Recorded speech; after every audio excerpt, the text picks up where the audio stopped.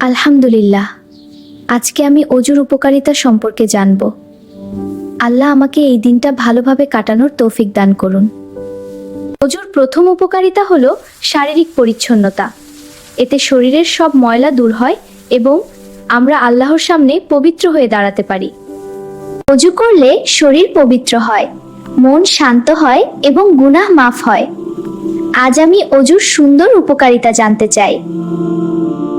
মুখ ধোয়ার সাথে সাথে মুখের গুনাহ মাফ হয়।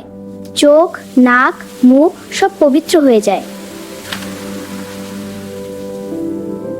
হাত ধোয়ার ফলে হাতের করা সব গুনাহ মাফ হয় এবং হাত পবিত্র হয়ে যায়। পা ধোয়ার ফলে পায়ের গুনাহ মাফ হয় এবং পা পবিত্র হয়।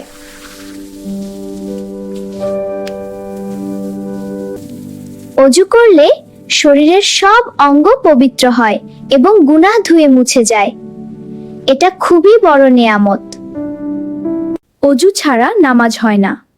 অজু হলো নামাজের চাবিকাঠি।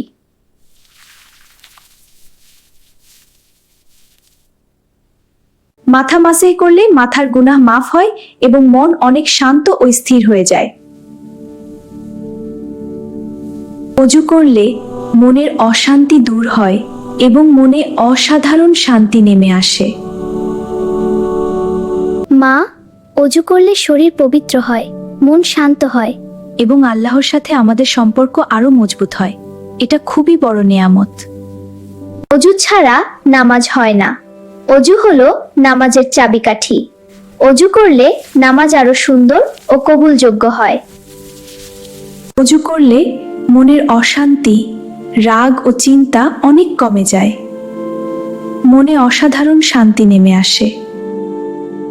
অজু করলে দিনের সব কাজে বরকত হয়। আল্লাহ আমাদের কাজগুলোকে কবুল করে নেন। অজু অবস্থায় থাকলে ফেরেশতারা তোমার সাথে থাকেন। এটা খুব বড় নেয়ামত। ওয়াও! অজু করলে শয়তান দূরে থাকে। শয়তান অজু দেখলে পালিয়ে যায়। অজু করলে আল্লাহর সাথে আমাদের সম্পর্ক আরো গভীর হয়। আমি প্রতিদিন অজু করব। অজু অবস্থায় দোয়া করলে আল্লাহ সেই দোয়া খুব সহজে কবুল করেন। বন্ধুরা, এই ধরনের ইসলামিক ভিডিও আরো পেতে আমাদের সাথেই থাকুন। চ্যানেলটি সাবস্ক্রাইব করুন এবং বেল আইকন অন করে রাখুন। আপনার সন্তানদেরও ভালো কিছু শিক্ষা দিন।